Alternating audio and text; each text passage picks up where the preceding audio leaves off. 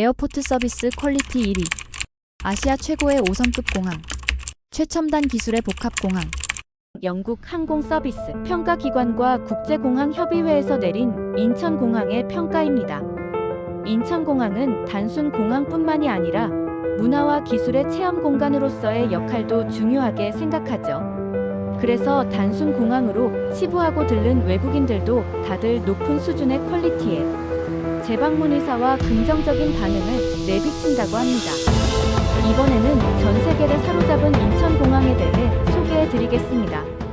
이야기 들어가기 전에 대한민국을 응원하는 넥스트 코리아를 위해 구독과 좋아요, 댓글 한 번씩 남겨주신다면 영상 제작하는데 굉장한 힘이 됩니다.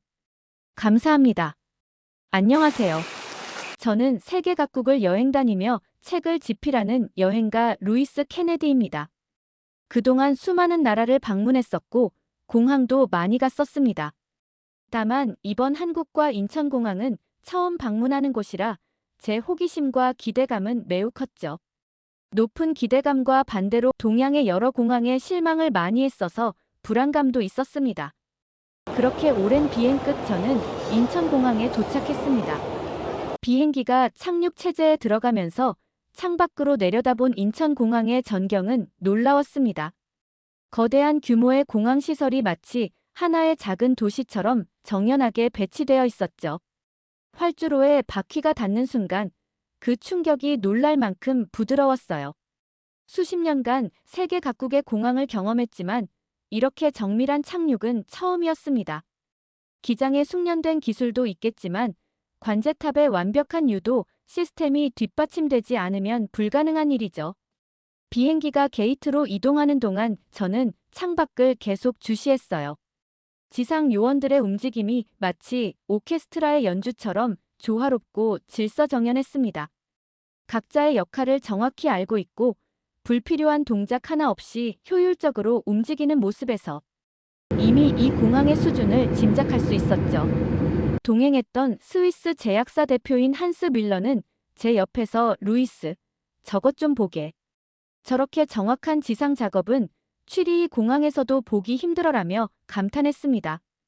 기내 방송이 흘러나왔어요. 한국어, 영어는 물론이고 중국어, 일본어까지 4개 국어로 안내가 이어졌습니다. 각 언어마다 정확한 발음과 친절한 어조가 인상적이었죠. 저는 수첩을 꺼내 이 첫 인상을 기록하기 시작했습니다. 착륙의 정밀함, 지상 작업의 효율성, 다국어 서비스의 자연스러움 이 3가지. 키워드만으로도 이미 한 편의 글감이 되기에 충분했어요. 비행기 문이 열리고 탑승교로 나서는 순간 시원하고 쾌적한 공기가 저를 반겼습니다. 공항 특유의 밀폐되고 답답한 느낌이 전혀 없었죠. 오히려 고급 호텔 로비에 들어선 듯한 착각이 들 정도였어요. 천장이 높고 채광이 훌륭해서 자연광이 공간 전체를 부드럽게 감싸고 있었습니다. 바닥은 대리석처럼 매끈하게 광이 나고 있었지만 미끄럽지 않도록 적절한 마찰력이 유지되고 있었죠. 입국 심사장으로 향하는 통로를 걸으면서 저는 계속해서 주변을 관찰했습니다.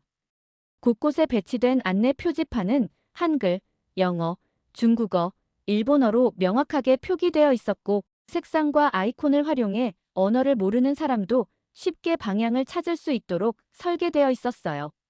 동행한 일행 중에는 75살의 독일인 노인 프란츠 슈미트도 있었는데 그는 영어도 서툴고 동양 문자는 전혀 읽지 못했지만 표지판만 보고도 어디로 가야 할지 정확히 알 수 있다며 놀라워했습니다. 입국 심사장에 도착했을 때 저는 긴 줄을 예상하고 있었어요.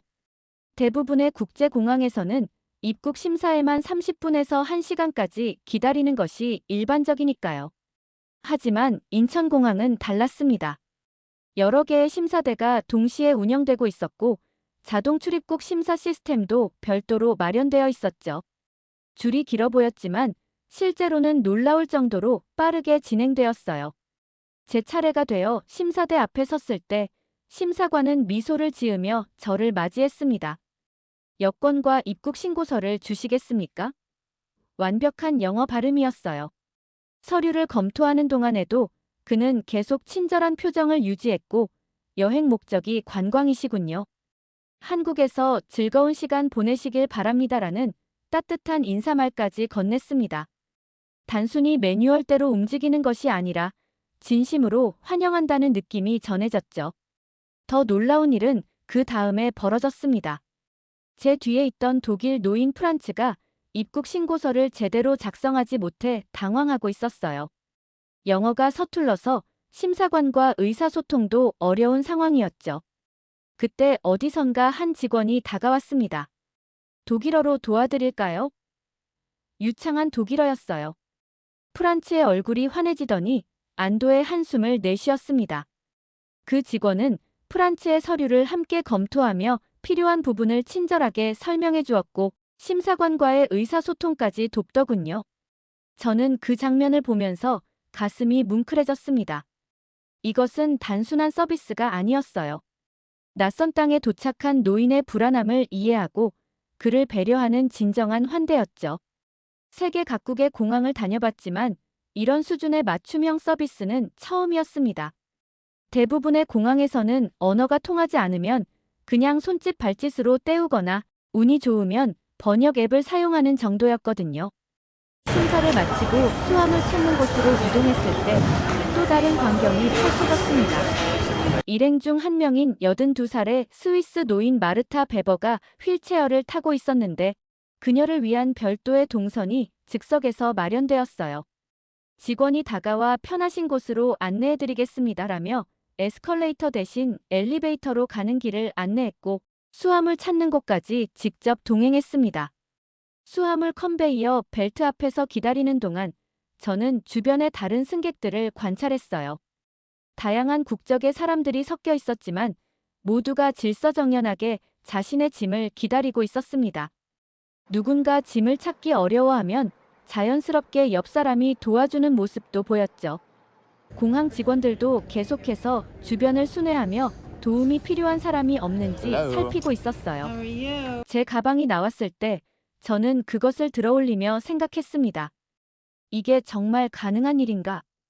비행기 착륙부터 수화물을 찾기까지 모든 과정이 20분도 채 걸리지 않았어요.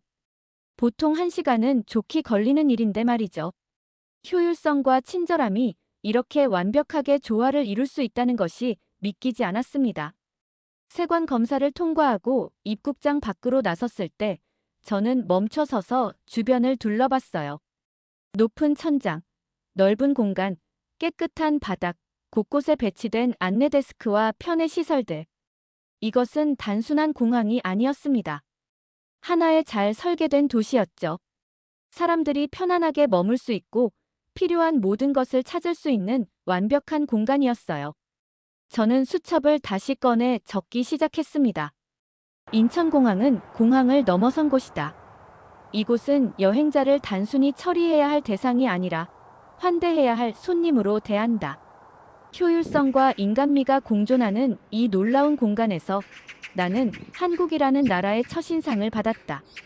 그리고 그 첫인상은 기대를 훨씬 뛰어넘는 것이었다. 일행들도 모두 비슷한 반응을 보였습니다. 한스는 이건 공항이 아니라 미래야라고 말했고 프란츠는 독일어를 할 수 있는 직원이 있다니 믿을 수 없어라며 계속 감탄했어요. 마르타는 휠체어를 밀어준 직원에게 여러 번 고맙다고 인사하며 눈시울을 붉혔죠. 저는 그때 깨달았습니다.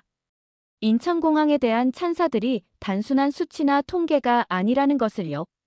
이곳의 진짜 가치는 숫자로 표현할 수 없는 곳에 있었습니다. 사람을 먼저 생각하는 마음, 낯선 일을 따뜻하게 맞이하는 문화, 완벽을 추구하는 시스템. 이 모든 것이 조화롭게 어우러져 인천공항을 특별한 곳으로 만들고 있었던 거죠. 공항 밖으로 나가기 전 저는 다시 한번 뒤를 돌아봤습니다. 이 거대한 공간 속에서 수많은 사람들이 각자의 여정을 시작하거나 마치고 있었어요. 그리고 그들 모두를 위해 보이지 않는 곳에서 수많은 사람들이 완벽한 서비스를 만들어내고 있었죠. 저는 생각했습니다. 이것이 바로 진정한 선진국의 모습이 아닐까? 한국에서의 여행은 이제 막 시작되었지만 이미 이 나라가 특별하다는 것을 알 수 있었습니다. 공항 밖으로 나서자 서울로 향하는 교통편을 안내하는 표지판들이 눈에 들어왔습니다. 공항철도, 리무진 버스, 택시 등 다양한 선택지가 명확하게 안내되어 있었죠. 저희 일행은 호텔까지 직행하는 리무진 버스를 타기로 했어요. 노인들이 많아서 편안한 이동 수단이 필요했거든요. 버스 승강장으로 향하는 길도 완벽하게 설계되어 있었습니다. 에스컬레이터와 엘리베이터가 적재적소에 배치되어 있었고, 휠체어를 탄 마르타를 위한 경사로도 곳곳에 마련되어 있었어요. 표지판을 따라 걷다 보니 자연스럽게 버스 매표소에 도착했죠. 매표소 직원은 저희가 가려는 호텔 위치를 듣더니 즉시 적합한 노선을 안내해 주었습니다. 이 버스를 타시면 호텔 바로 앞에 정차합니다라며 노선도까지 보여주더군요. 버스를 기다리는 동안 저는 주변을 살펴봤어요. 대기 공간에는 편안한 의자들이 충분히 마련되어 있었고, 공기청정기와 냉난방 시스템이 완벽하게 작동하고 있었습니다. 화장실 표지판도 보였는데 호기심에 한번 들어가 봤죠. 놀랍게도 공항 화장실 수준이 아니었어요. 고급 호텔 못지않게 깨끗하고 현대적이었으며 장애인과 어린이를 위한 시설까지 완벽하게 갖춰져 있었습니다. 정확히 시간표대로 버스가 도착했어요. 운전기사는 단정한 제복을 입고 있었고 승객들을 맞이하며 공손하게 인사했습니다. 짐을 싣는 것도 직접 도와주더군요. 특히 마르타의 휠체어를 접어 화물칸에 실을 때는 세심하게 다루는 모습이 인상적이었어요. 버스 내부로 들어서니 좌석이 넓고 푹신했으며 각 좌석마다 USB 충전 포트까지 설치되어 있었습니다. 버스가 출발하자 저는 창밖으로 펼쳐지는 풍경에 시선을 고정했어요. 공항을 빠져나와 고속도로로 진입하는 순간부터 눈앞에 펼쳐진 광경은 제가 예상했던 것과 완전히 달랐습니다. 도로는 완벽하게 포장되어 있었고 차선은 명확했으며 표지판은 한눈에 이해할 수 있을 만큼 직관적이었죠. 하지만 더 놀라운 것은 도로 양옆으로 펼쳐진 풍경이었어요.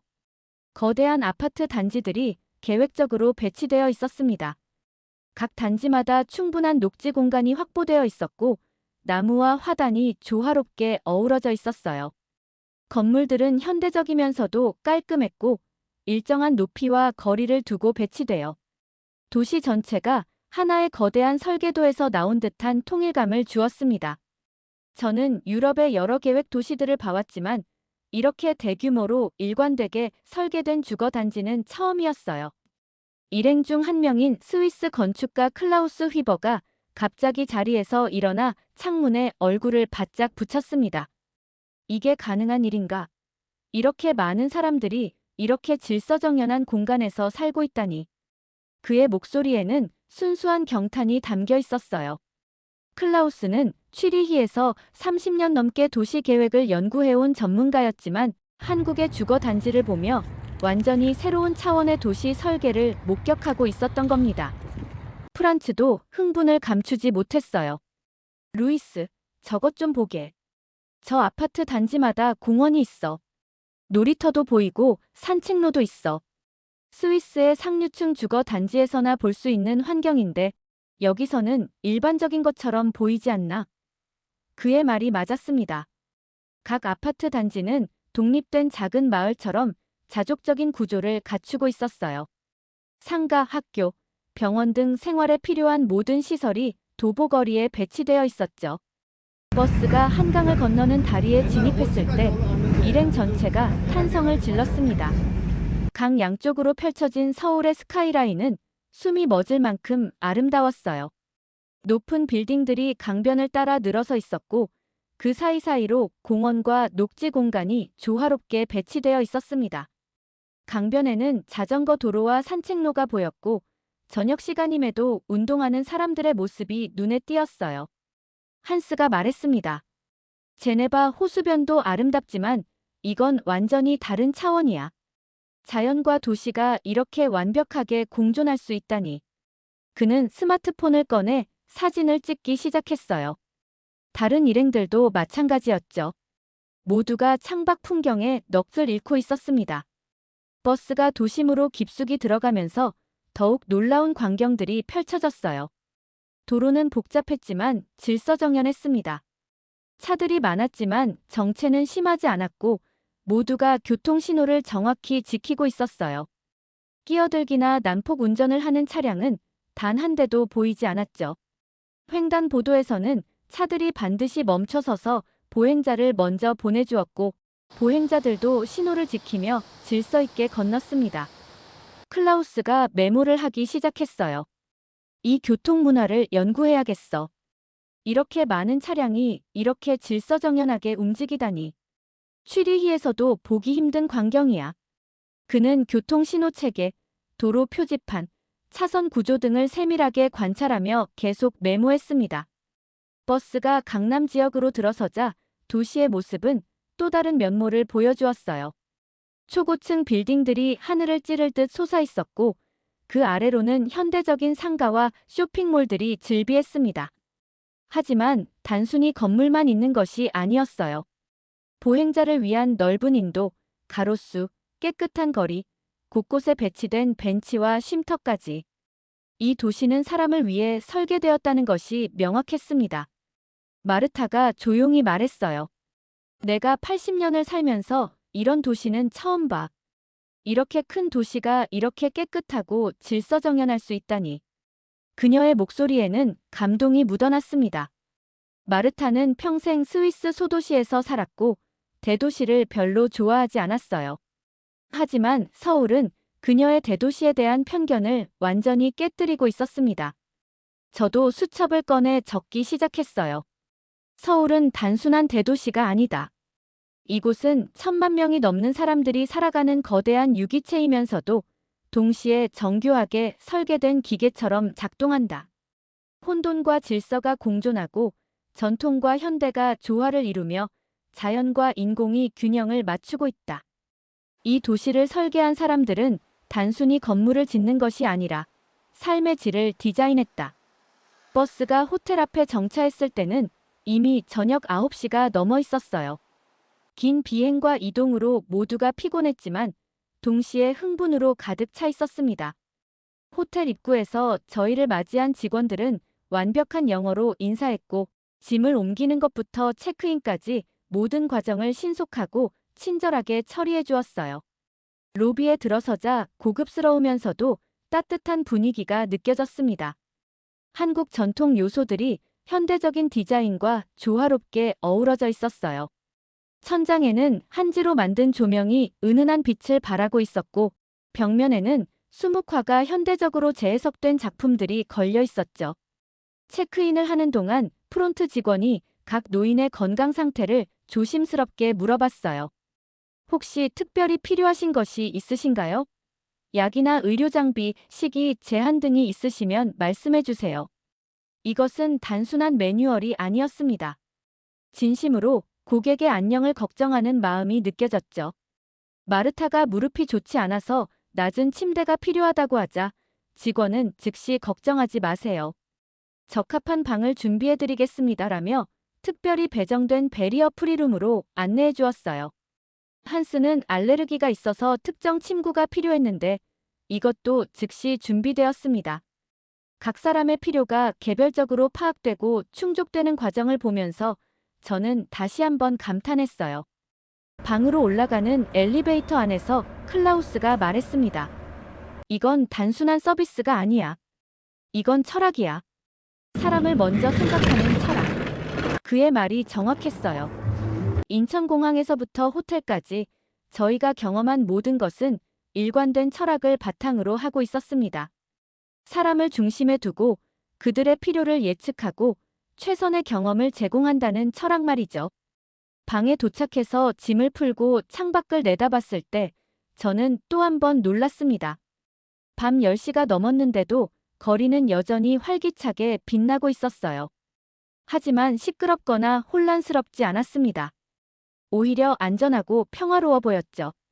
사람들이 자유롭게 거리를 걷고 있었고 가게들은 여전히 영업 중이었으며 모든 것이 질서 있게 작동하고 있었어요. 저는 수첩을 다시 펼쳐 적었습니다. 한국에 도착한 지 몇 시간 되지 않았지만 이미 이 나라가 특별하다는 것을 확신할 수 있다. 공항에서 본 효율성, 거리에서 본 질서, 호텔에서 받은 배려. 이 모든 것이 우연이 아니라 이 나라의 문화이자 정체성이다. 내일부터 본격적으로 탐험할 이 도시가 어떤 모습을 더 보여줄지 기대된다. 다음 날 아침, 호텔 조식 시간에 일행들과 만났을 때 모두의 얼굴에는 기대감이 가득했습니다. 어젯밤 창밖으로 본 서울의 야경이 너무나 인상적이어서 오늘은 본격적으로 이 도시를 탐험하기로 했죠. 호텔 컨시어지에게 추천을 부탁하자 그는 친절하게 지하철 노선도를 펼쳐 보이며 명동과 남산, 그리고 전통시장을 둘러보는 코스를 제안해 주었어요. 지하철이 가장 효율적이고 편리합니다. 노인분들도 충분히 이용하실 수 있도록 시설이 잘 되어 있습니다라는 말과 함께 교통카드 구입 방법까지 상세히 설명해 주더군요. 호텔에서 가장 가까운 지하철역까지는 걸어서 10분 정도 거리였어요. 아침 햇살을 받으며 거리를 걷는데 도시의 또 다른 면모가 눈에 들어왔습니다. 출근하는 사람들로 붐비는 시간이었지만 혼잡하지 않았어요. 모두가 자신의 속도로 걸으면서도 서로를 배려하고 있었죠. 급하게 가는 사람은 왼쪽으로, 천천히 가는 사람은 오른쪽으로 자연스럽게 나뉘어 걸었습니다. 누가 정해준 규칙도 아닌데 말이에요. 인도는 완벽하게 평평했고 휠체어를 탄 마르타도 불편함 없이 이동할 수 있었어요. 곳곳에 경사로가 설치되어 있었고 점자 블록도 정확하게 배치되어 있었습니다. 클라우스는 또다시 메모를 하기 시작했죠. 보행자 중심의 도시 설계. 장애인 접근성 완벽. 이건 유럽 선진국 수준이 아니야. 그 이상이야. 지하철역 입구에 도착했을 때 저는 잠시 멈춰서서 주변을 관찰했습니다. 역 입구는 깨끗하고 현대적이었으며 안내 표지판이 명확했어요. 계단과 에스컬레이터, 엘리베이터가 모두 갖춰져 있었고 어느 것을 이용해도 불편함이 없도록 설계되어 있었죠. 개찰구 앞에는 교통카드를 구입할 수 있는 자동 판매기가 있었고 영어, 중국어, 일본어를 지원하고 있었습니다.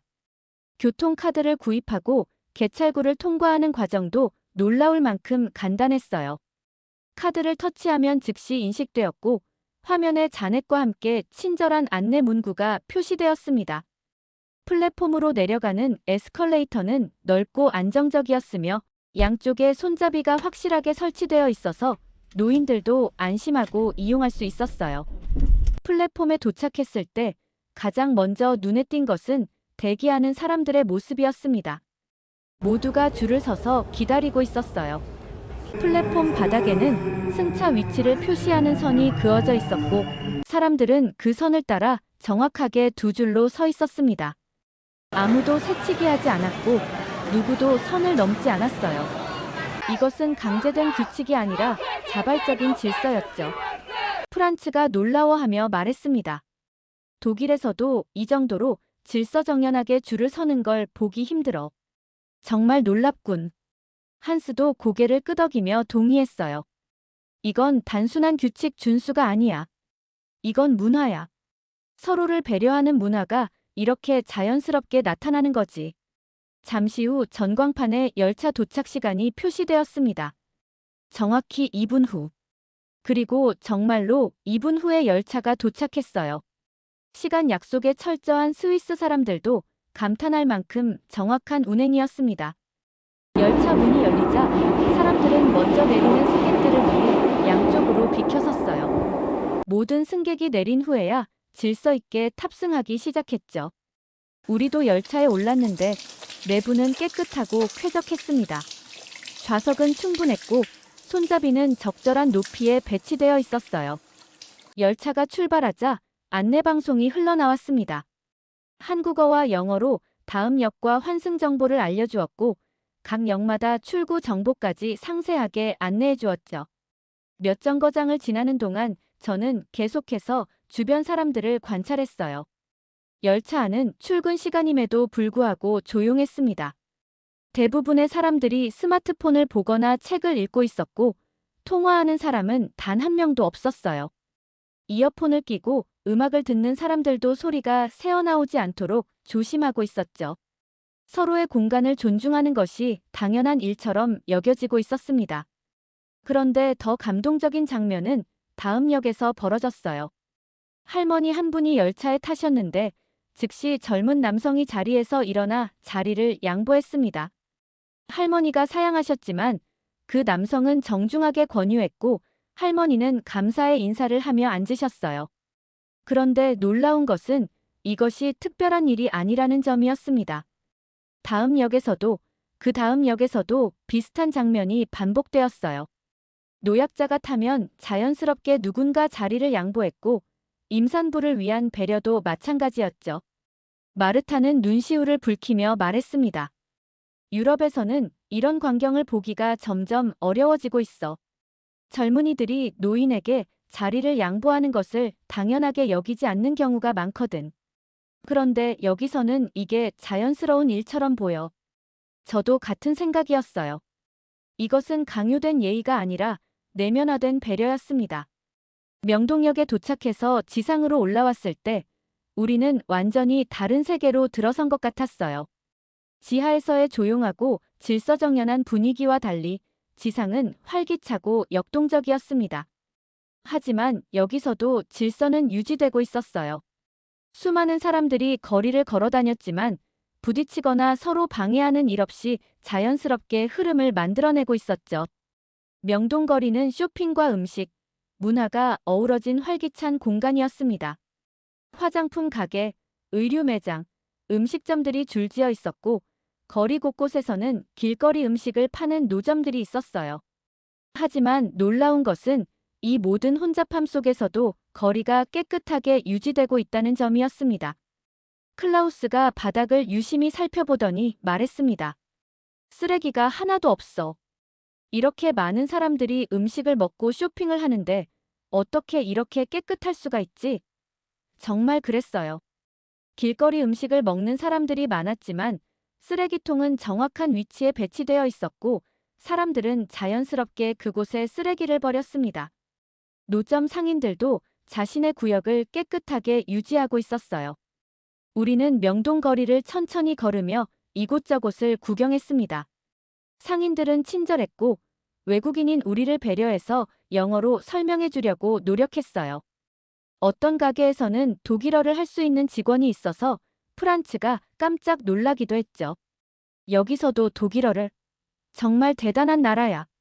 점심시간이 되어 한 식당에 들어갔는데 여기서도 놀라운 경험을 했습니다. 메뉴판에는 사진과 함께 영어 설명이 되어 있었고 직원은 각 노인의 식이 제한을 세심하게 물어봤어요. 알레르기가 있는지, 맵지 않은 음식을 원하는지, 부드러운 음식이 필요한지까지 확인했죠.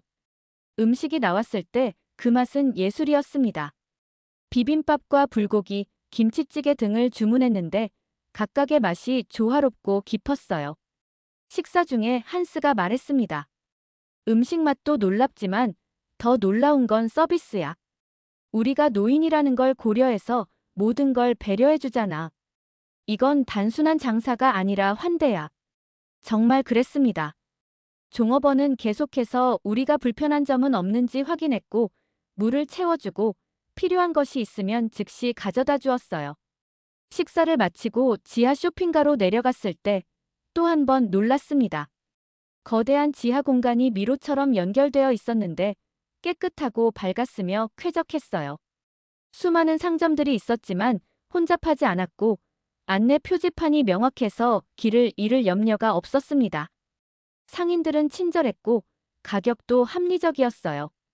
프란츠가 한 액세서리 가게에서 손녀를 위한 선물을 샀는데 상인은 정성스럽게 포장해주면서 한국 전통 문양이 들어간 예쁜 쇼핑백에 담아주었습니다.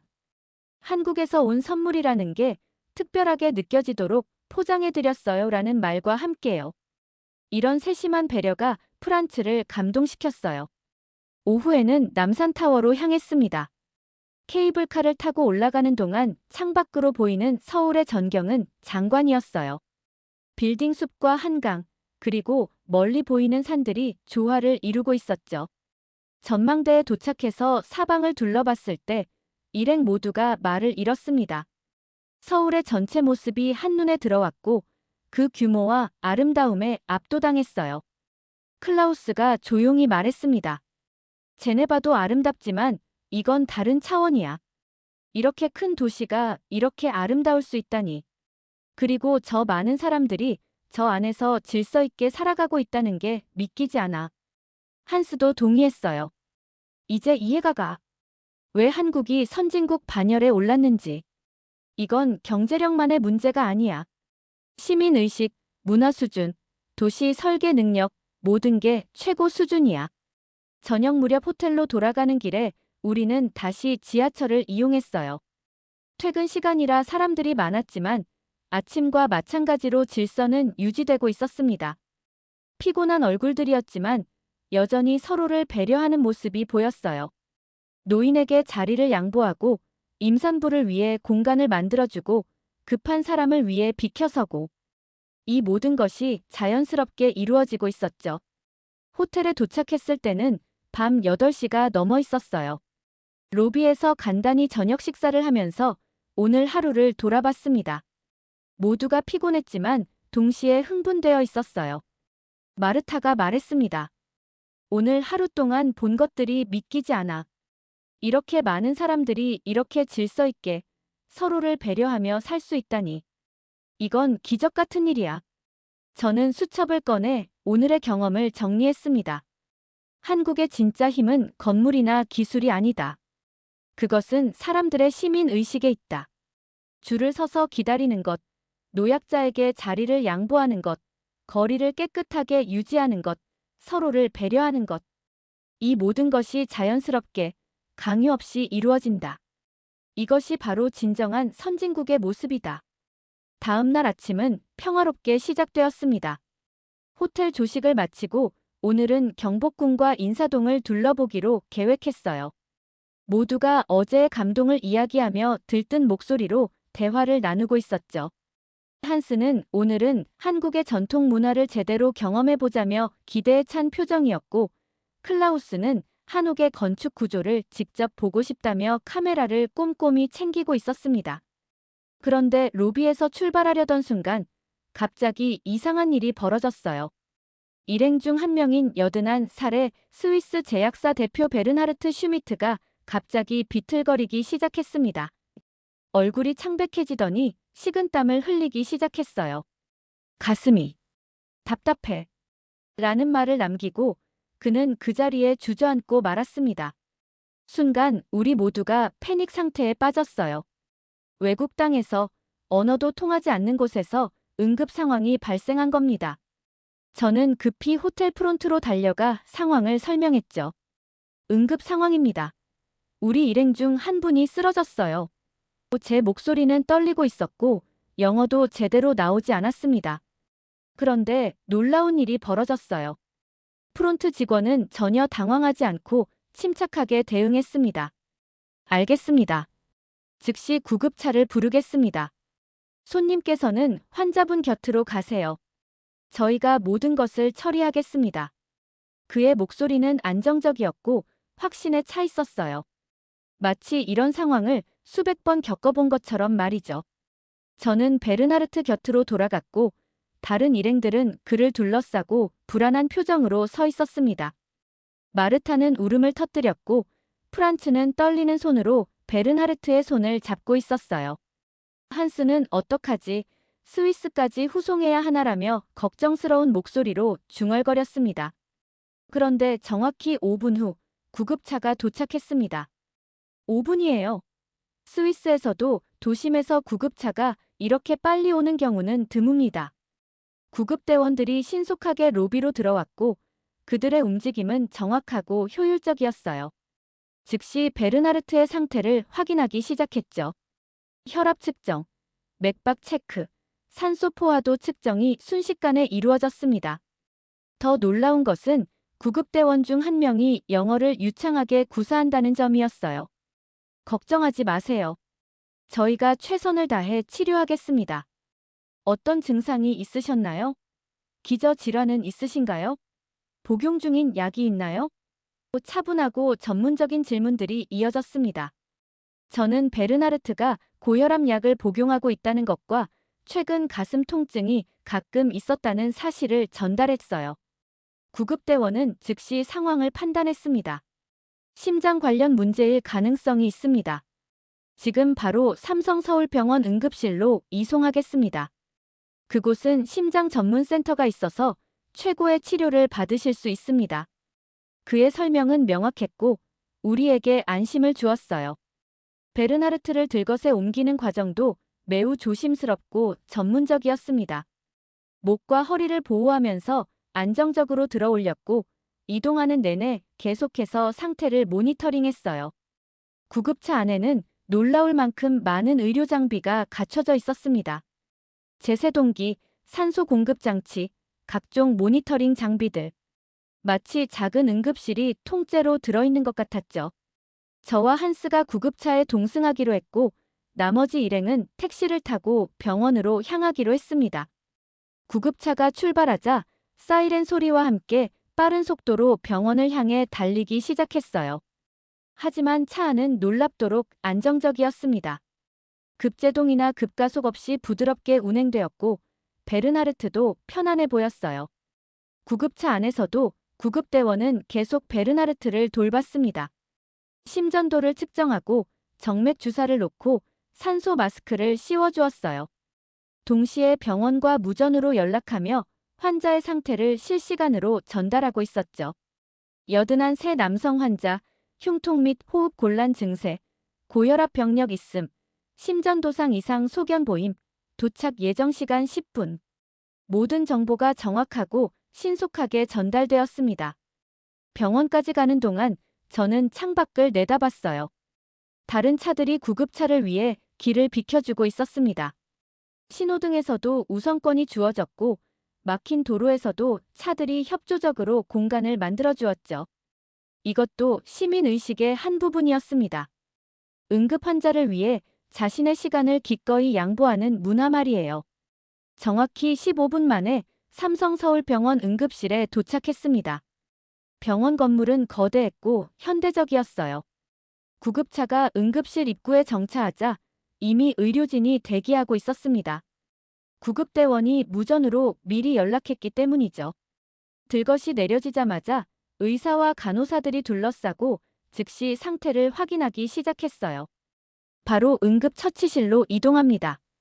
심전도, 엑스레이, 혈액 검사 즉시 시행하겠습니다. 의사의 지시가 떨어지고 모든 것이 정확하게 실행되었습니다. 저와 한스는 베르나르트를 따라 응급실 안으로 들어갔는데 그 광경에 또 한 번 놀랐어요.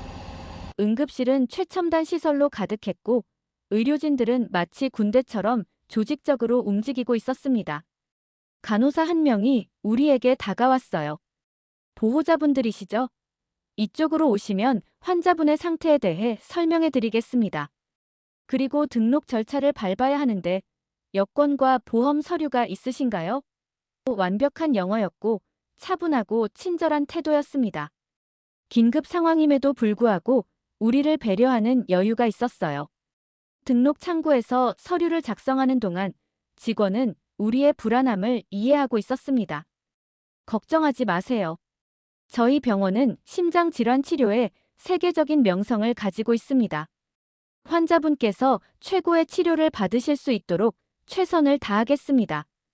그녀의 말에는 진심이 담겨 있었고 그것이 우리에게 큰 위안이 되었어요.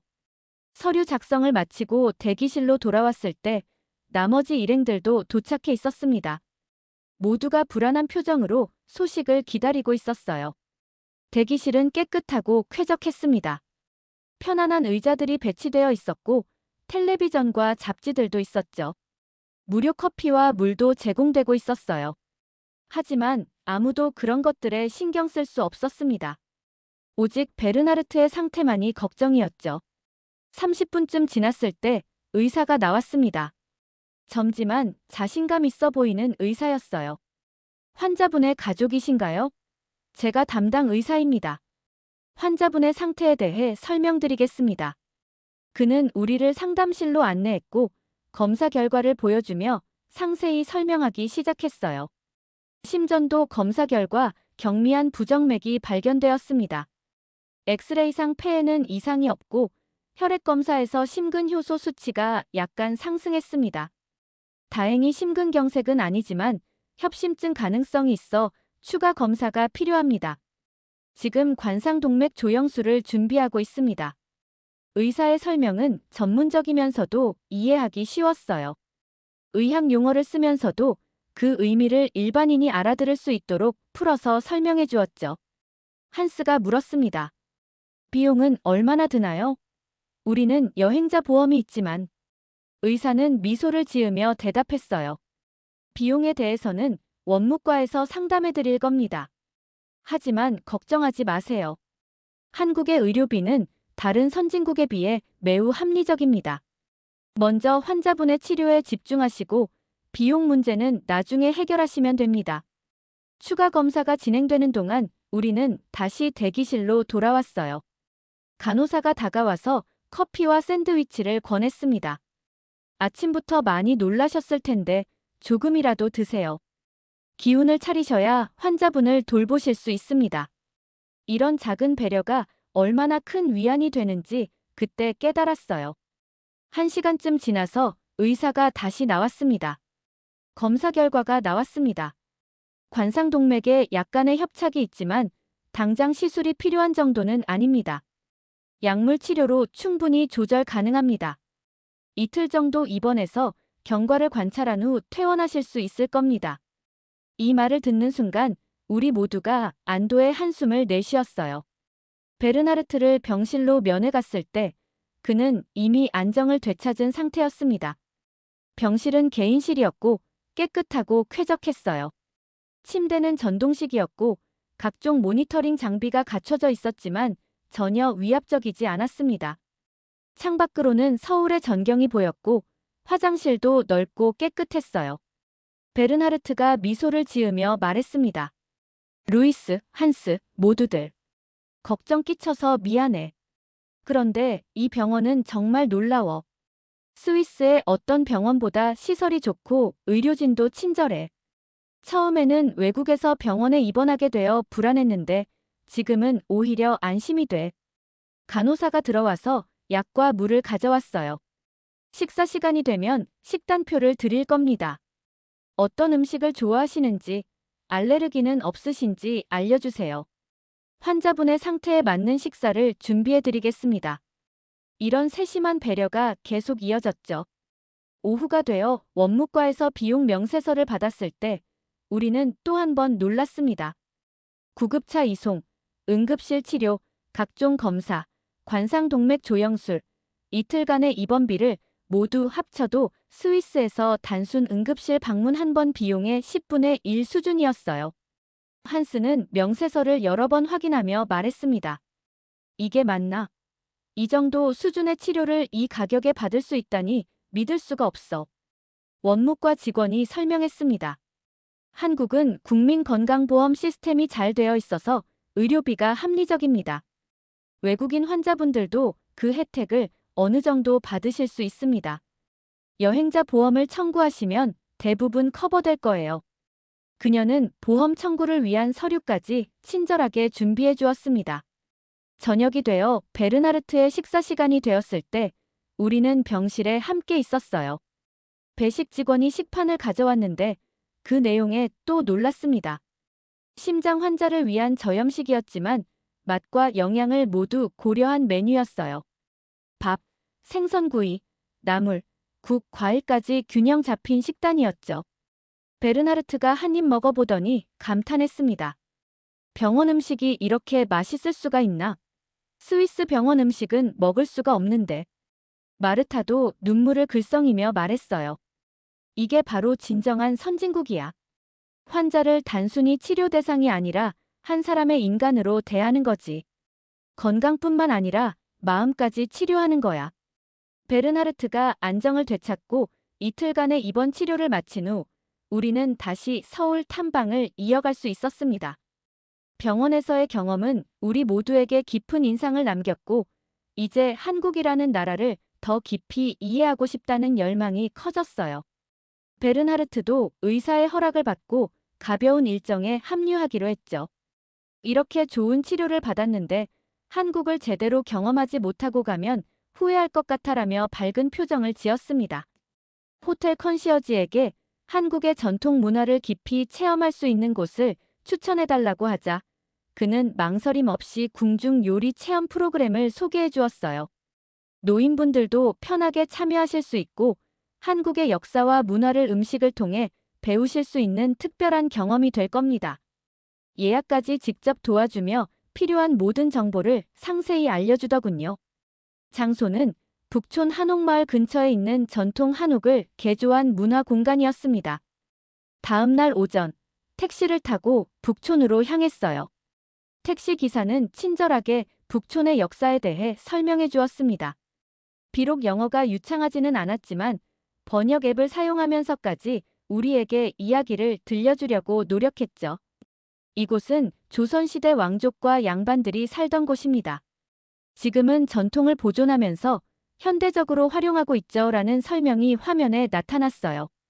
북촌 한옥마을에 도착했을 때 우리는 마치 시간을 거슬러 과거로 온 듯한 느낌을 받았습니다. 좁은 골목길 양쪽으로 전통 한옥들이 질서정연하게 늘어서 있었어요. 기와 지붕의 곡선이 아름다웠고 나무와 흙으로 지어진 집들은 주변 자연과 완벽하게 조화를 이루고 있었습니다. 클라우스는 건축가답게 한옥의 구조를 세밀하게 관찰하기 시작했어요. 이 건축 양식은 정말 놀라워. 자연과의 조화, 공간의 효율성, 미적 감각이 모두 완벽하게 결합되어 있어. 기둥 하나, 석가래 하나도 그냥 있는 게 아니야. 모두 의미가 있고 기능이 있어. 클라우스는 카메라로 여러 각도에서 사진을 찍으며 흥분을 감추지 못했습니다. 취리히 공과대학 학생들에게 꼭 보여줘야겠어. 이게 바로 지속 가능한 건축이야. 골목길을 따라 천천히 걸으며 체험 장소로 향했습니다. 길은 오르막이었지만 곳곳에 쉴 수 있는 벤치가 마련되어 있었고 휠체어를 탄 마르타를 위한 경사로도 설치되어 있었어요. 이런 세심한 배려가 전통과 현대가 조화롭게 공존하는 한국의 모습을 보여주는 것 같았습니다. 체험 장소에 도착하자 한복을 입은 선생님이 우리를 맞이해 주었어요. 어서 오세요. 오늘 궁중 요리의 세계로 여러분을 안내하겠습니다. 그녀의 영어는 유창했고 목소리에는 자부심과 따뜻함이 담겨 있었습니다. 한옥 내부는 전통적이면서도 깨끗하고 편안했어요. 마루에는 방석이 준비되어 있었고 노인들을 위해 등받이가 있는 의자도 따로 마련되어 있었죠. 궁중 요리는 단순히 음식이 아닙니다. 조선 왕조 500년의 역사와 철학이 담긴 문화유산이죠. 오늘 여러분께서는 그 깊은 의미를 함께 경험하실 겁니다. 선생님의 설명이 시작되었어요. 그녀는 각 음식의 역사적 배경, 재료의 의미, 조리 방법의 철학까지 상세하게 설명해 주었습니다. 한국 요리는 음양오행 사상에 기반을 두고 있습니다. 5가지 색깔, 5가지 맛이 조화를 이루어야 하죠. 빨강은 심장과 불을, 노랑은 비장과 흙을, 초록은 간과 나무를, 하양은 폐와 금속을, 검정은 콩팥과 물을 상징합니다. 이 설명을 들으면서 한스는 메모를 시작했어요. 제약회사를 운영하면서 동양의학을 많이 연구했지만 이렇게 체계적인 음식 철학은 처음 접해봐. 첫 번째로 만들어본 음식은 구절판이었습니다. 팔각형의 그릇에 8가지 재료를 담고 가운데 밀전병을 놓는 전통 음식이죠. 선생님은 각 재료를 하나씩 준비하며 설명을 이어갔어요. 소고기는 이렇게 가늘게 채를 썰어 양념합니다. 당근, 오이, 표고버섯, 달걀지단까지 모두 같은 크기로 썰어야 조화를 이루죠. 이것이 바로 궁중 요리의 정신입니다. 균형과 조화. 우리는 선생님의 지도에 따라 직접 재료를 준비해 보았습니다. 프란츠는 처음에 서툴렀지만 점차 익숙해지면서 즐거워했어요. 요리를 해본 지가 50년은 된 것 같은데 이렇게 재미있을 줄 몰랐어. 마르타도 채소를 썰면서 각 재료가 자신의 색과 맛을 유지하면서도 하나로 어우러지는 게 마치 사회 같아라며 감탄했습니다. 음식을 만드는 과정 내내 선생님은 단순히 조리법만 가르치는 것이 아니라 그 안에 담긴 의미를 설명해 주었어요. 궁중에서는 임금님의 건강이 곧 나라의 안위였기 때문에 음식을 통해 건강을 지키고 병을 예방하는 것이 중요했습니다. 그래서 모든 재료의 약성을 고려하고 계절에 맞는 재료를 사용하며 영양의 균형을 맞추는 것이 기본이었죠. 베른하르트가 특히 관심을 보였습니다. 제약업계에서 일하면서 예방의학의 중요성을 늘 강조해왔는데 한국은 이미 수백 년 전부터 음식을 통한 예방의학을 실천하고 있었군요. 서양의학이 배워야 할 점이 많습니다. 그의 목소리에는 진심 어린 존경이 담겨 있었어요. 다음으로 신선로를 준비했습니다. 가운데 불을 피우는 화로가 있는 독특한 그릇에 다양한 재료를 담아 끓이는 전골 요리죠. 신선로라는 이름은 신선들이 먹는 음식처럼 맛있다는 의미입니다. 고기, 해산물, 채소, 버섯 등 좋은 재료들이 모여 하나의 맛을 만들어내죠. 선생님의 설명을 들으며 우리는 정성스럽게 재료를 준비했어요. 각 재료를 담는 위치도 정해져 있었습니다. 색의 조화를 생각하면서 배치합니다. 빨간색 옆에는 초록색을, 하얀색 옆에는 갈색을 놓는 식으로요. 시각적인 아름다움도 중요하기 때문입니다. 클라우스가 말했어요. 이건 요리가 아니라 예술 작품이야. 스위스 전통 요리도 맛은 좋지만 이렇게 철학적이고 예술적인 접근은 없었어. 모든 준비가 끝나고 음식을 맛보는 시간이 되었습니다. 상 위에 차려진 요리들은 눈으로 보기에도 아름다웠고 향기도 일품이었어요. 첫 입을 떠서 맛보는 순간 일행 모두가 탄성을 질렀습니다. 이 맛은 뭐지? 복잡하면서도 조화롭고 강하면서도 부드러워. 한스의 표현이 정확했어요. 각 재료의 맛이 살아있으면서도 전체적으로 완벽한 조화를 이루고 있었습니다. 식사를 하는 동안 선생님은 한국의 식사 예절에 대해서도 설명해 주었어요.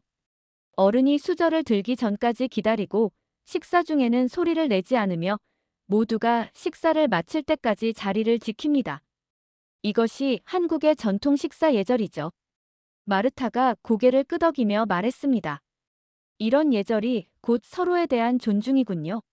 스위스에서도 비슷한 문화가 있었지만 요즘은 많이 사라졌어요. 식사를 마치고 전통차를 마시는 시간이 이어졌습니다. 대추차, 유자차, 오미자차 등 다양한 차가 준비되어 있었어요. 한국 전통차는 약재로도 사용되는 재료로 만듭니다. 맛도 좋지만 건강에도 이롭죠. 선생님이 차를 따르며 설명했습니다. 따뜻한 차를 마시며 우리는 오늘의 경험에 대해 이야기를 나누었어요. 프란츠가 조심스럽게 물었습니다. 이런 전통이 현대 한국 사회에서도 이어지고 있나요? 젊은 세대들도 이런 것들을 소중히 여기나요? 선생님이 미소를 지으며 대답했어요. 물론입니다. 현대화되고 서구화되었지만 한국인들은 여전히 자신의 뿌리를 소중히 여깁니다. 명절에는 온 가족이 모여 전통 음식을 만들어 먹고 조상에게 제사를 지내죠. 젊은이들도 한복을 입고 궁궐을 방문하며 전통 문화 체험에 적극적으로 참여합니다. 베르나르트가 감동적인 목소리로 말했습니다. 제가 병원에 입원했을 때도 느꼈지만 한국은 전통과 현대가 충돌하지 않고 조화를 이루고 있어요. 최첨단 의료 기술과 환자를 대하는 따뜻한 마음, 초고층 빌딩과 전통 한옥, 빠른 속도의 현대 생활과 여유로운 차 문화. 이 모든 게 공존하고 있죠. 체험을 마치고 밖으로 나왔을 때는 오후 5시쯤이었어요. 석양이 한옥 지붕을 비추고 있었고 그 풍경은 한 폭의 그림 같았습니다. 우리는 북촌 골목길을 천천히 걸으며 주변을 둘러봤어요. 전통 공예품 가게, 찻집, 갤러리들이 한옥을 활용해 운영되고 있었죠. 각각의 공간이 전통을 존중하면서도 현대적인 감각을 더하고 있었습니다. 한 전통 찻집에 들어가 쉬기로 했어요. 내부는 한옥의 구조를 그대로 살려 아늑하고 편안한 분위기였습니다. 창밖으로는 작은 정원이 보였고 자연의 소리가 은은하게 들려왔어요. 찻집 주인은 나이 지긋한 할머니였는데 영어는 못하셨지만 따뜻한 미소로 우리를 맞이해 주었습니다. 젊은 직원이 통역을 도와주며 차 메뉴를 설명해 주었어요. 할머니께서 직접 만드신 전통 한과와 함께 차를 드실 수 있습니다. 모두 천연 재료로 만들어서 건강에도 좋습니다. 우리는 각자 다른 차를 주문했고 한과도 여러 종류를 함께 시켰어요. 차가 나왔을 때 그 향기부터가 특별했습니다. 마르타는 유자차를 한 모금 마시더니 눈을 감았어요. 이 맛, 뭐라고 표현해야 할까? 달콤하면서 새콤하고 따뜻하면서 상쾌해. 마치 한국이라는 나라를 한 잔에 담은 것 같아. 클라우스도 녹차를 마시며 고개를 끄덕였습니다. 쓴맛이 있지만 거부감이 없어. 오히려 입안을 깨끗하게 해주는 느낌이야. 한과를 맛보면서 우리는 그 정교함에 또 한 번 놀랐어요. 약과, 유과, 다식 등 각각의 한과는 작은 예술 작품 같았습니다. 모양도 아름다웠고 맛도 깊었어요. 이렇게 정성스럽게 만든 과자는 처음 봐라며 프란츠가 감탄했습니다. 찻집에 앉아 차를 마시며 창밖을 바라보는 시간은 명상 같았어요. 현대 사회의 빠른 속도에서 벗어나 잠시 멈춰서서 자신을 돌아보는 시간. 한스가 조용히 말했습니다. 이제 알겠어. 왜 한국이 이렇게 발전할 수 있었는지. 빠르게 앞으로 나아가면서도 뿌리를 잊지 않았기 때문이야. 전통이 발목을 잡는 게 아니라 앞으로 나아가는 힘이 되었던 거지. 저는 수첩을 꺼내 오늘의 경험을 정리했습니다. 한국의 진정한 힘은 과거와 현재, 전통과 현대를 분리하지 않고 하나로 엮어내는 능력에 있다. 궁중 요리에 담긴 500년 철학이 현대인의 건강을 지키고 한옥의 건축 원리가 지속 가능한 미래를 제시하면 차 한 잔에 담긴 여유가 빠른 현대 생활의 균형을 잡아준다. 이것이 바로 한국이 세계에 보여주는 독특한 가치다. 저녁 7시쯤 찻집을 나섰을 때 서울의 하늘은 붉게 물들어 있었습니다. 호텔 컨시어지가 추천했던 남산타워 야경을 보러 가기로 했어요.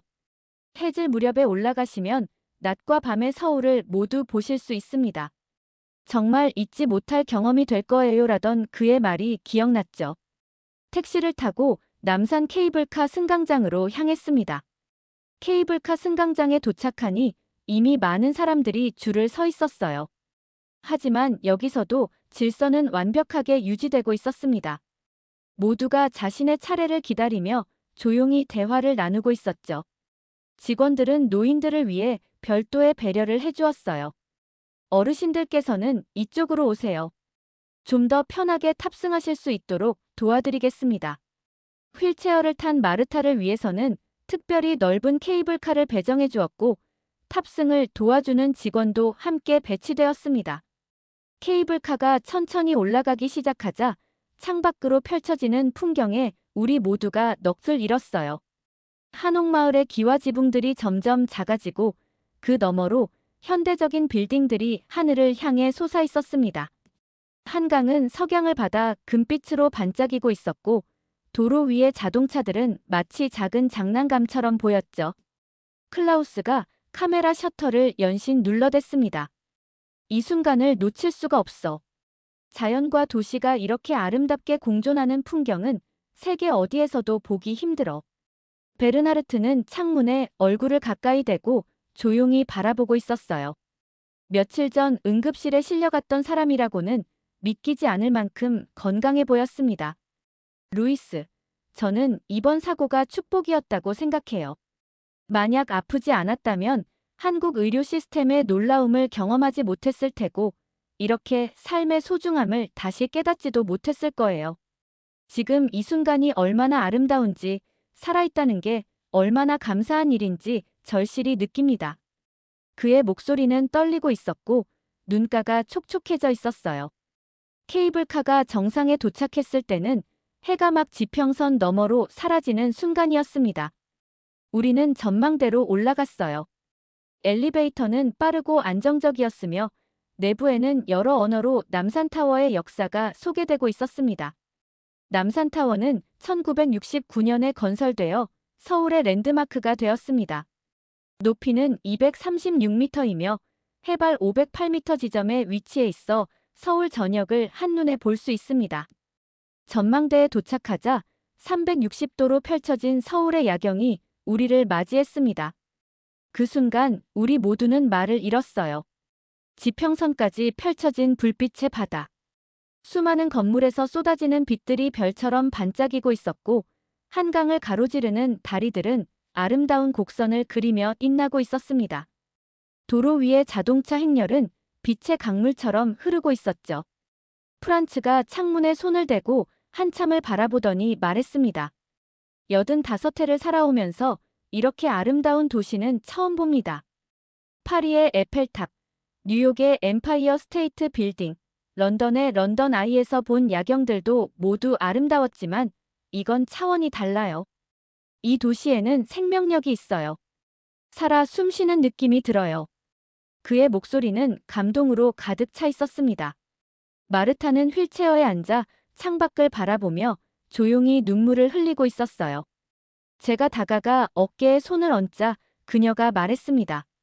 루이스, 저는 평생 작은 마을에서 살았어요. 대도시가 무섭고 차갑다고 생각했죠. 하지만 이 도시를 보니 생각이 완전히 바뀌었어요. 이렇게 큰 도시가 이렇게 따뜻할 수 있다니. 1,000만 명이 넘는 사람들이 서로를 배려하며 살아가고 있다니. 기적 같은 일이에요. 한스는 쌍안경을 빌려 더 자세히 관찰하고 있었어요. 저기 강남 지역이 보여. 초고층 빌딩들이 밀집해 있네. 그런데 빌딩 사이사이에 녹지 공간도 보이고 공원도 있어. 도시 계획이 정말 치밀하게 되어 있어. 클라우스도 건축가의 눈으로 도시를 분석하고 있었습니다. 빌딩의 높이와 배치가 무작위가 아니야. 모두 계산되어 있어. 바람의 흐름, 일조량, 경관까지 고려한 설계야. 이런 수준의 도시 계획은 싱가포르나 두바이에서나 볼 수 있는데 서울은 그것보다 훨씬 크고 복잡하면서도 조화롭게 운영되고 있어. 전망대를 한 바퀴 돌면서 각 방향의 풍경을 감상했습니다. 북쪽으로는 경복궁과 청와대가 있는 지역이 보였고 동쪽으로는 한강 너머 강동 지역이 펼쳐져 있었어요. 남쪽으로는 강남의 화려한 빌딩 숲이, 서쪽으로는 여의도와 김포 방향이 보였습니다. 사방팔방 끝없이 이어지는 도시의 불빛들. 그 속에서 수많은 사람들이 각자의 삶을 살아가고 있다는 사실이 경이로웠어요. 전망대 내부에는 서울의 역사를 보여주는 전시 공간도 마련되어 있었습니다. 6.25 전쟁으로 폐허가 된 서울의 모습부터 시작해서 빠른 경제 성장을 거쳐 현재의 모습에 이르기까지의 과정이 사진과 영상으로 전시되어 있었죠. 베른하르트가 특히 관심을 가지고 전시를 둘러봤어요. 70년 만에 이렇게 변할 수 있다니. 전쟁의 잿더미에서 이런 도시를 만들어낸 한국인들의 힘이 대단해요. 한 영상에서는 밤낮 없이 일하며 나라를 재건한 세대들의 이야기가 나왔습니다. 공장에서, 건설 현장에서, 농장에서 땀 흘리던 사람들의 모습. 자녀들의 교육을 위해 모든 것을 희생했던 부모들의 이야기. 배고픔과 가난을 이겨내며 더 나은 미래를 만들기 위해 노력했던 사람들의 모습이 담겨 있었어요. 프란츠가 영상을 보며 말했습니다. 스위스도 전쟁 후 재건 과정을 겪었지만 한국만큼 극적이지는 않았어요. 한국은 정말 아무것도 없는 상태에서 시작했잖아요. 그런데 이 짧은 시간에 이렇게 발전했다니. 이건 단순히 경제 성장이 아니에요. 국민들의 의지와 노력, 교육에 대한 열정, 미래에 대한 비전이 만들어낸 기적이에요. 전망대 한편에는 사랑의 자물쇠를 거는 공간이 있었어요. 세계 각국에서 온 연인들과 가족들이 자신들의 사랑과 소원을 담아 자물쇠를 걸어놓은 곳이었죠. 수많은 자물쇠들이 난간을 가득 채우고 있었고 각각의 자물쇠에는 다양한 언어로 메시지가 적혀 있었습니다. 마르타가 제안했어요. 우리도 자물쇠를 하나 걸까요? 이번 여행의 의미를 담아서요. 우리는 매점에서 자물쇠를 하나 샀고 거기에 메시지를 적기로 했어요. 한스가 펜을 들고 말했습니다. 뭐라고 쓸까? 이번 여행이 우리 삶을 바꿔놓았는데. 잠시 생각하다가 그가 적었습니다. 스위스에서 온 노인들, 한국에서 인생의 새로운 의미를 발견하다. 2025년 10월. 우리 모두가 그 자물쇠에 서명을 하고 난간에 걸었어요.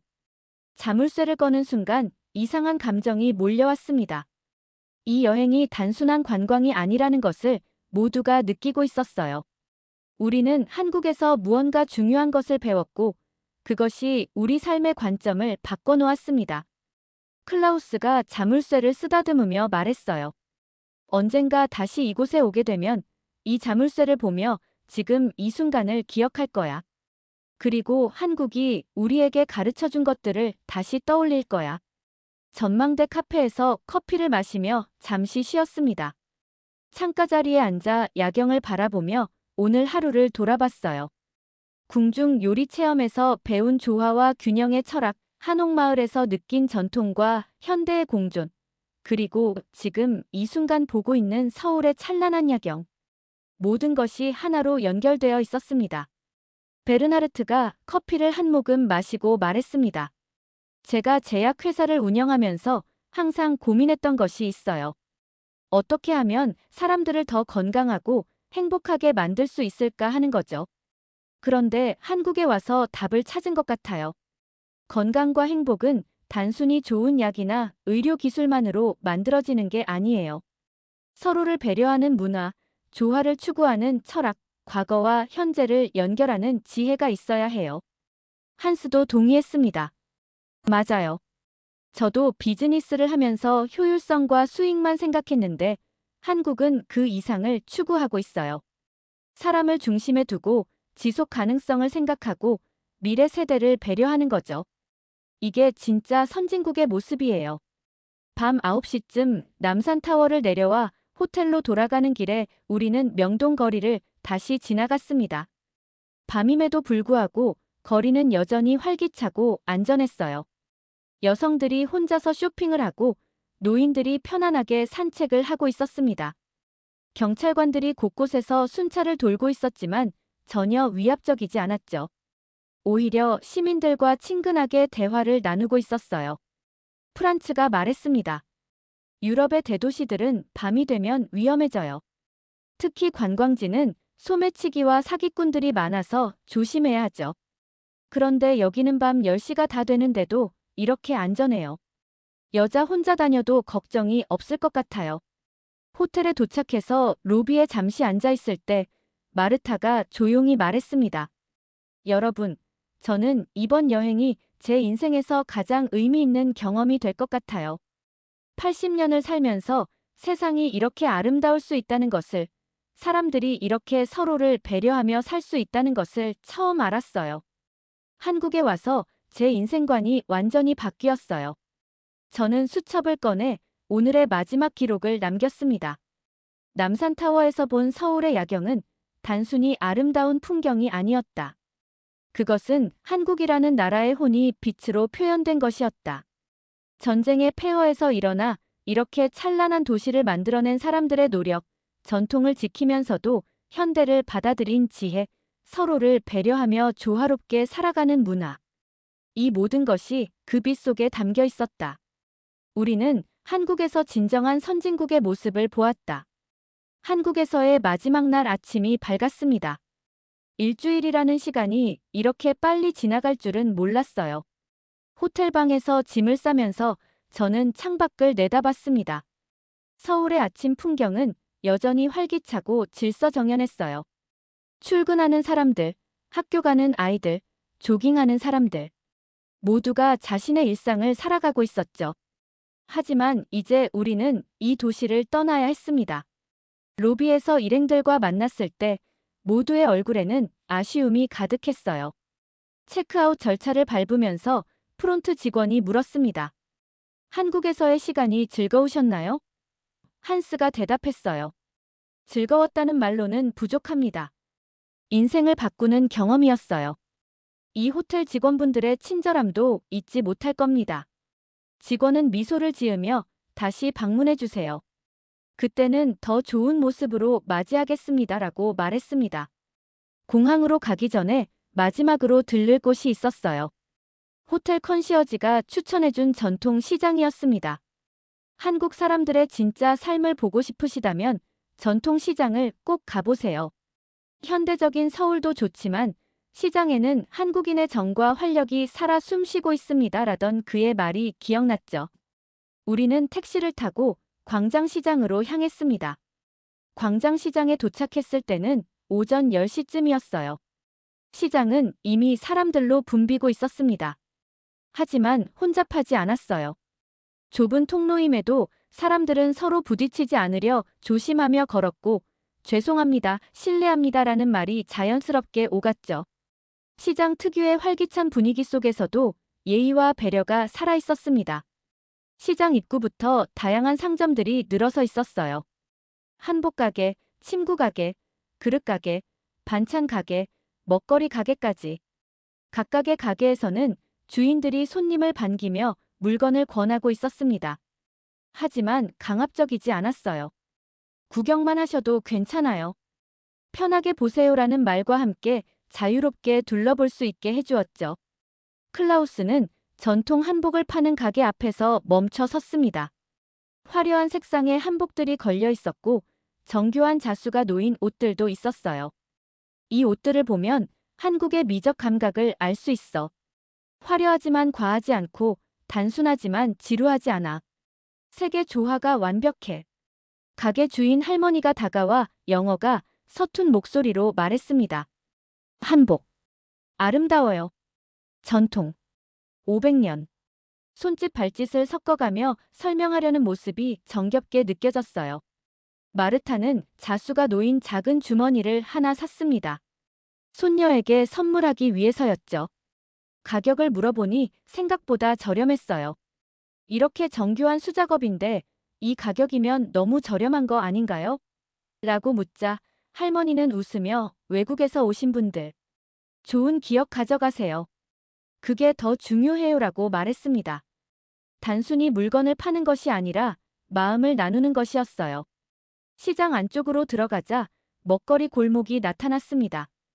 빈대떡, 마약김밥, 육회, 순대, 떡볶이 등 다양한 음식을 파는 가게들이 줄지어 있었어요. 각 가게에서는 김이 모락모락 나는 음식들이 조리되고 있었고 그 냄새만으로도 군침이 돌았습니다. 베른하르트가 말했습니다. 의사 선생님이 조심하라고 했지만 여기서 이걸 안 먹고 가면 후회할 것 같아요. 우리는 빈대떡으로 유명한 가게에 자리를 잡았어요. 좁은 공간이었지만 깨끗했고 테이블마다 손님들이 앉아 맛있게 음식을 먹고 있었습니다. 주인 아주머니가 다가와 메뉴를 설명해 주었는데 영어는 못하셨지만 사진이 있는 메뉴판과 손짓으로 충분히 이해할 수 있었어요. 우리는 빈대떡, 육회, 마약김밥을 주문했습니다. 음식이 나왔을 때 그 푸짐함에 모두가 놀랐어요. 빈대떡은 접시를 가득 채울 만큼 컸고 육회는 신선하고 부드러워 보였으며 김밥은 한 입 크기로 먹기 좋게 잘라져 있었습니다. 첫 입을 베어 물었을 때 프란츠가 눈을 크게 떴어요. 이게 서민 음식이라고. 고급 레스토랑 음식보다 맛있는데? 정말 그랬습니다. 재료는 신선했고 맛은 깊었으며 정성이 느껴졌어요. 옆 테이블에 앉아있던 한국인 할머니가 우리를 보고 미소를 지으며 말을 걸었습니다. 영어는 못하셨지만 옆에 있던 젊은 손녀가 통역을 해주었어요. 할머니께서 외국에서 오신 분들이 한국 음식을 맛있게 드시니 기쁘시대요. 한국에 또 오시래요. 우리도 감사의 인사를 전했고 할머니는 자신이 드시던 떡볶이를 한 접시 시켜서 우리 테이블로 보내주셨어요. 이것도 꼭 먹어보래요. 한국의 맛이래요. 이런 따뜻한 마음이 한국 곳곳에서 느껴졌습니다. 낯선 외국인을 진심으로 환대하고 자신이 좋아하는 것을 나누고 싶어 하는 마음. 이것이 바로 한국인의 정이었어요. 한스가 조용히 말했습니다. 스위스 사람들도 친절하지만 이런 따뜻함은 다른 거예요. 한국 사람들은 낯선 사람을 가족처럼 대하네요. 시장을 나서면서 우리는 한국에서의 마지막 쇼핑을 했습니다. 김치, 고추장, 된장 같은 전통식품들과 한과, 전통차 등을 샀어요. 각각의 제품마다 상인들은 보관 방법과 먹는 방법을 친절하게 설명해 주었습니다. 비록 언어는 완벽하게 통하지 않았지만 마음은 충분히 전달되었어요. 공항으로 가는 시간이 다가왔습니다. 택시를 타고 인천공항으로 향하는 길, 창밖으로 스쳐 지나가는 풍경들을 하나하나 눈에 담으려 했어요. 아파트 단지, 한강의 다리들, 빌딩 숲, 깨끗한 거리. 모든 것이 소중하게 느껴졌습니다. 일주일 전 처음 이 길을 지나갈 때의 설렘과 불안이 기억났죠.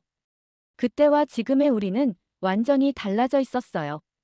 공항에 도착해서 출국 수속을 밟는 동안에도 직원들의 친절함은 변함없었습니다. 즐거운 여행이셨나요? 다시 한국에 오세요라는 인사를 들을 때마다 가슴이 뭉클했어요. 베르나르트는 꼭 다시 오겠습니다. 이번에는 가족들과 함께요라고 대답했습니다. 출국장으로 들어가기 전 우리는 공항 로비에서 잠시 모여 앉았어요. 비행기 출발까지 2시간 정도 여유가 있었죠. 클라우스가 입을 열었습니다. 여러분, 이번 여행에 대해 이야기를 나눠봐요. 우리가 한국에서 무엇을 배웠고 무엇을 느꼈는지 정리해보는 게 좋을 것 같아요. 프란츠가 먼저 말했습니다. 저는 처음에 한국에 대해 아는 게 거의 없었어요. 동양의 작은 나라, 빠르게 성장한 나라 정도로만 알고 있었죠. 하지만 일주일을 지내면서 제 생각이 완전히 바뀌었어요. 한국은 단순히 경제적으로 발전한 나라가 아니에요. 사람을 중심에 두고 전통을 존중하며 미래를 준비하는 진정한 선진국이에요. 마르타도 이어서 말했습니다. 저는 노인이 되면서 세상이 점점 차갑게 느껴졌어요. 젊은 세대는 노인을 부담스러워하고 사회는 노인을 쓸모없는 존재로 여기는 것 같았죠. 하지만 한국에서는 달랐어요. 지하철에서 자리를 양보해주는 젊은이들, 호텔에서 세심하게 배려해주는 직원들, 병원에서 진심으로 돌봐주는 의료진. 모두가 노인을 존중하고 배려했어요. 이게 바로 성숙한 사회의 모습이에요. 베르나르트는 잠시 생각에 잠기더니 말했습니다. 저는 이번 여행에서 죽을 뻔했어요. 그리고 한국 의료진 덕분에 살았죠. 하지만 그들이 제게 준 건 생명만이 아니에요. 삶을 대하는 새로운 관점도 주었어요. 효율성만 추구하지 않고 사람을 먼저 생각하는 것, 기술과 마음을 함께 사용하는 것, 이것이 제가 제약업계로 돌아가서 실천해야 할 가치예요. 한스가 말했습니다. 제가 가장 놀란 건 한국의 시민 의식이에요. 스위스도 질서를 중요하게 여기지만 한국은 그것을 자연스럽게 실천하고 있어요. 강요되지 않은 질서, 진심에서 우러나오는 배려, 공동체를 생각하는 마음. 이런 것들이 한국을 특별하게 만드는 거예요. 클라우스는 건축가답게 종합적인 관점에서 말했습니다. 한국은 과거와 현재, 전통과 현대, 동양과 서양을 조화시키는데 성공한 유일한 나라인 것 같아요. 한옥과 초고층 빌딩이 공존하고 궁중 요리와 최첨단 의료기술이 함께 존재하고 전통차와 스타벅스가 나란히 있어요. 이것이 한국의 힘이에요. 저도 제 생각을 나눴습니다. 저는 여행가로서 세계 각국을 다녀봤지만 한국만큼 깊은 인상을 준 나라는 없었어요. 이곳은 단순히 관광지가 아니에요. 배움의 장소예요. 어떻게 사회를 운영해야 하는지, 어떻게 서로를 대해야 하는지, 어떻게 과거와 미래를 연결해야 하는지. 한국은 세계에 많은 것을 가르쳐 줄 수 있어요. 우리의 대화는 계속 이어졌고 시간은 빠르게 흘러갔습니다. 탑승 안내방송이 나왔을 때 우리는 모두 일어섰어요. 게이트로 걸어가면서 마지막으로 공항을 둘러봤습니다. 일주일 전 처음 도착했을 때 놀랐던 그 공항이 이제는 친숙하게 느껴졌어요. 탑승구 앞에서 마지막으로 서로를 바라보며 우리는 다짐했습니다. 한국에서 배운 것들을 잊지 않고 우리의 삶과 사회에 적용하겠다고. 그리고 언젠가 다시 이곳에 돌아오겠다고. 마르타가 눈물을 글썽이며 말했습니다. 이 여행은 끝이 아니라 시작이에요. 우리 삶의 새로운 장이 열린 거예요. 비행기에 탑승해서 자리에 앉았을 때 창밖으로 인천공항의 모습이 보였어요. 깨끗하고 현대적이며 효율적인 이 공항이 한국이라는 나라를 상징하는 것 같았습니다. 비행기가 이륙하면서 점점 작아지는 한국 땅을 바라보며 저는 생각했습니다. 우리는 단순히 여행을 마치고 집으로 돌아가는 것이 아니다. 우리는 새로운 시각을 갖고 새로운 가치를 배워 새로운 사람이 되어 돌아가는 것이다. 비행기가 구름 위로 올라가고 안전벨트 사인이 꺼졌을 때 우리는 여전히 창밖을 바라보고 있었습니다. 한국 땅이 점점 작아지더니 이윽고 구름에 가려져 보이지 않게 되었어요. 하지만 마음속에는 지난 일주일의 기억이 생생하게 남아있었죠. 기내 서비스가 시작되고 승무원들이 음료를 나눠주러 왔을 때 한스가 조용히 말했습니다. 여러분, 우리가 스위스에 돌아가면 무엇을 해야 할까요? 이 경험을 그냥 추억으로만 남겨둘 수는 없어요. 베른하르트가 고개를 끄덕이며 대답했습니다. 맞아요. 우리가 본 것, 배운 것을 다른 사람들과 나눠야 해요. 특히 유럽 사람들은 한국에 대해 잘 모르잖아요. 자동차와 전자제품을 만드는 나라 정도로만 알고 있죠. 하지만 한국의 진짜 가치는 그것보다 훨씬 깊은 곳에 있어요. 그는 병원에서 받았던 치료 기록을 가방에서 꺼내 보여주었습니다. 저는 이걸 스위스 의료계에 소개할 거예요. 환자 중심의 의료 서비스가 무엇인지 보여주겠어요. 클라우스도 자신의 계획을 말했습니다. 저는 취리히 공과대학에 강연을 제안할 거예요. 한국의 도시 설계와 건축 철학에 대해서요. 전통과 현대가 어떻게 조화를 이룰 수 있는지, 사람 중심의 도시가 무엇인지 학생들이 꼭 알아야 할 내용이에요. 그리고 제 건축사무소에서도 한국의 원칙들을 적용해 볼 생각이에요. 프란츠는 손녀 이야기를 꺼냈어요. 제 손녀가 대학에서 사회학을 공부하고 있어요. 항상 더 나은 사회를 만드는 방법에 대해 고민하죠. 한국 이야기를 들려주면 정말 좋아할 거예요. 시민의식이 어떻게 형성되는지, 공동체 문화가 어떻게 유지되는지, 한국이 살아있는 교과서가 될 거예요. 마르타는 조용히 미소 지으며 말했습니다. 저는 우리 마을의 노인복지센터에서 자원봉사를 하고 있어요. 거기서 한국 이야기를 나눌 거예요. 노인을 어떻게 대해야 하는지, 세대 간에 어떻게 소통해야 하는지. 많은 노인들이 외로움을 느끼거든요. 한국처럼 노인을 존중하는 문화가 우리에게도 필요해요. 저는 여행작가로서 제 역할을 생각했습니다. 저는 이번 경험을 책으로 쓸 거예요. 단순한 여행기가 아니라 한국 사회에 대한 깊이 있는 분석이 될 거예요. 유럽 독자들이 한국을 새로운 시각으로 볼 수 있도록요. 그리고 주요 언론사에도 기고문을 보낼 계획이에요. 긴 비행 끝에 취리히 공항에 도착했을 때는 늦은 저녁이었습니다. 공항을 빠져나오면서 우리는 자연스럽게 인천공항과 비교하게 되었어요. 취리히 공항도 효율적이고 깨끗하지만 인천공항에서 느꼈던 그 따뜻함과 세심한 배려는 없었습니다. 입국 심사관은 업무적이었고 안내 직원도 친절하지만 형식적이었어요.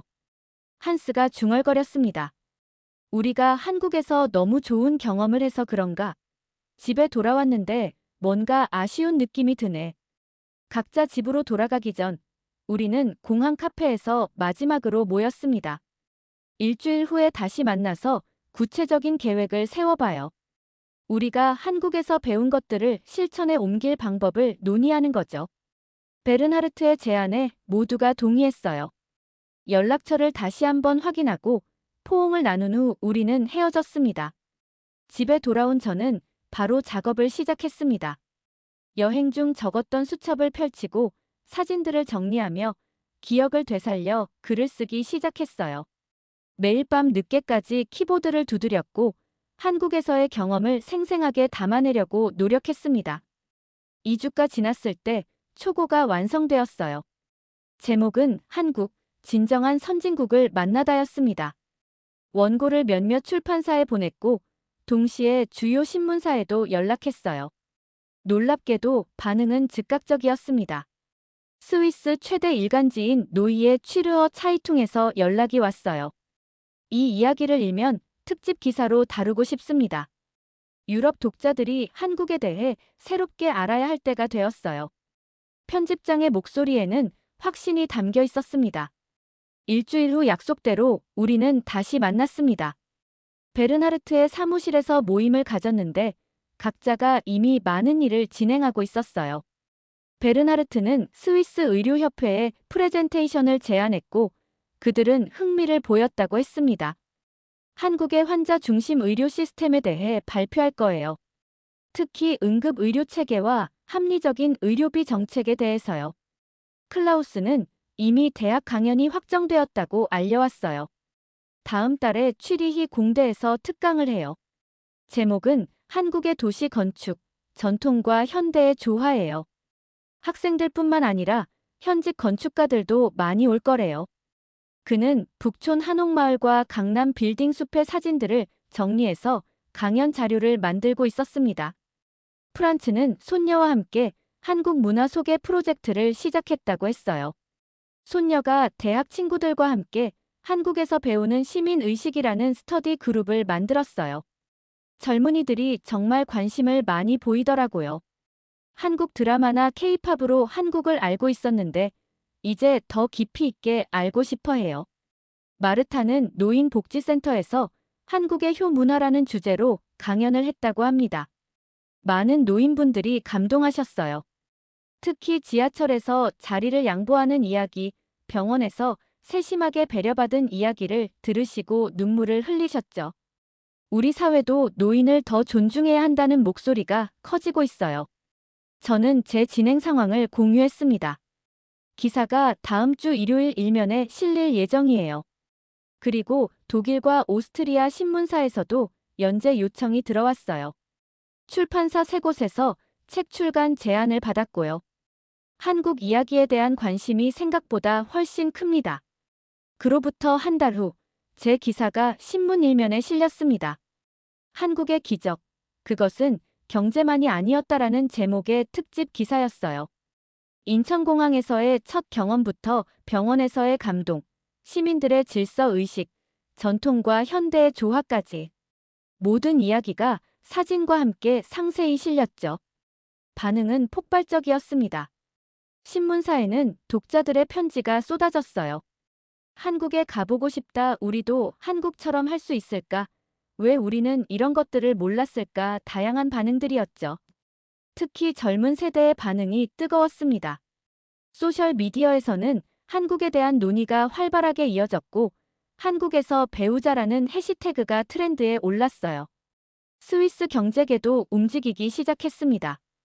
여러 기업의 임원들이 한국 시차를 계획했고 특히 인천공항의 운영 시스템과 서비스 문화를 배우고 싶어 했어요. 취리히 공항 운영진은 인천공항과 교류 협력을 논의하기 시작했습니다. 효율성과 인간미를 동시에 갖춘 공항 운영. 이것이 우리가 추구해야 할 방향입니다.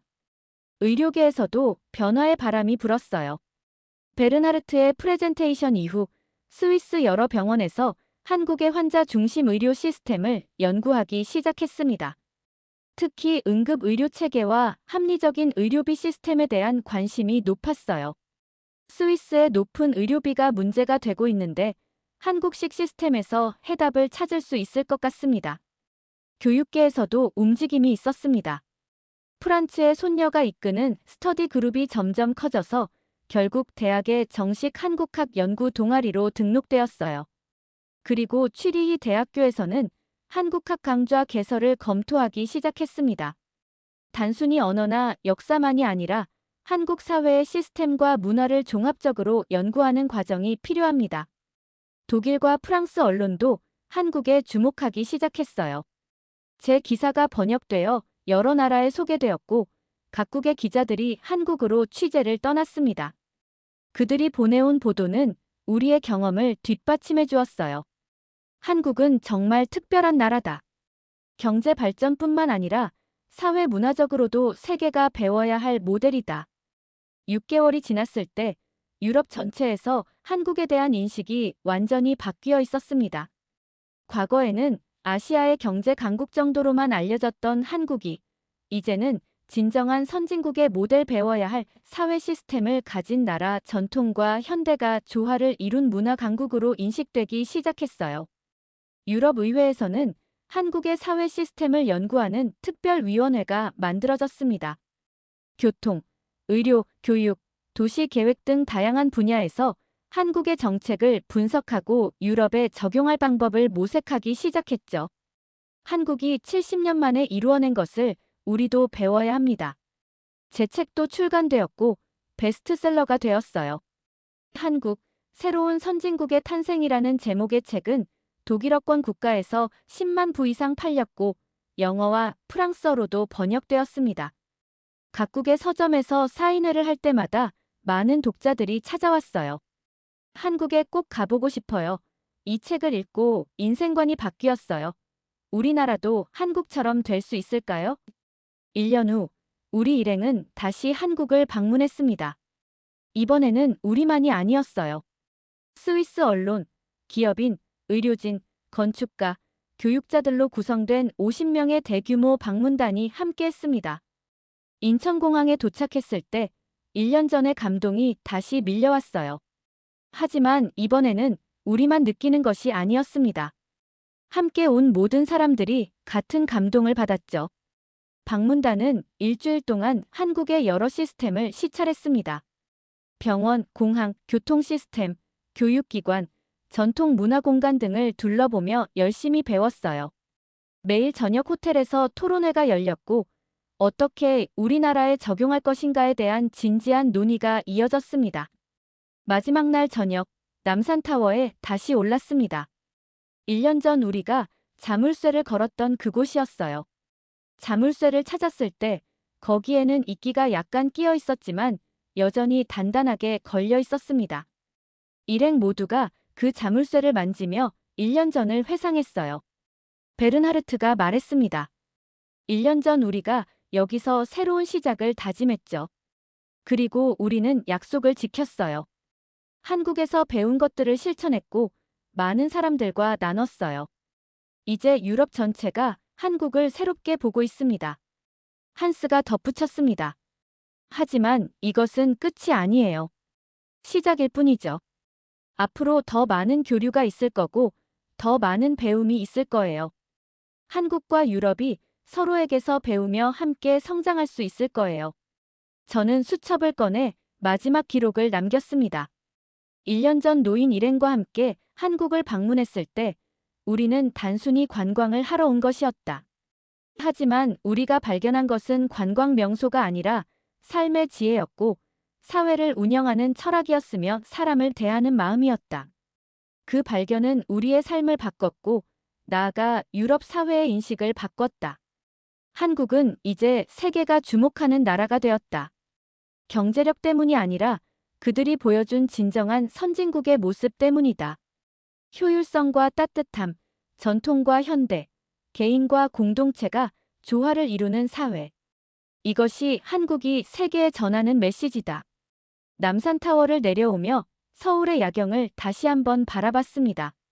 1년 전과 똑같이 아름다웠지만 이제 그 빛의 의미를 더 깊이 이해할 수 있었어요. 저 빛 하나하나가 누군가의 삶이고 노력이고 꿈이라는 것을. 그리고 그 모든 것이 모여 한국이라는 놀라운 나라를 만들어냈다는 것을. 공항으로 가는 버스 안에서 마르타가 조용히 말했습니다. 여러분, 우리는 정말 축복받은 사람들이에요. 인생의 마지막 시기에 이런 경험을 할 수 있다니. 한국이 우리에게 준 선물은 단순한 추억이 아니에요. 삶을 대하는 새로운 시각이에요. 이것을 우리 후손들에게 전해줘야 해요. 인천공항에서 출국 수속을 밟으면서 저는 확신했습니다. 이 이야기는 계속될 것이라고. 한국과 세계의 교류는 더욱 깊어질 것이고 더 많은 사람들이 한국에서 배움을 얻을 것이라고. 그리고 언젠가는 한국이 보여준 가치들이 세계 곳곳에서 꽃 피울 것이라고. 비행기가 이륙하면서 마지막으로 본 한국의 모습은 밤하늘에 반짝이는 불빛들이었습니다. 그 빛은 점점 멀어졌지만 우리 마음속에는 영원히 남을 것입니다. 한국에서 배운 것들, 느낀 감동들, 그리고 새롭게 발견한 삶의 가치들. 이 모든 것이 우리를, 그리고 세계를 조금 더 나은 곳으로 만들어갈 것입니다.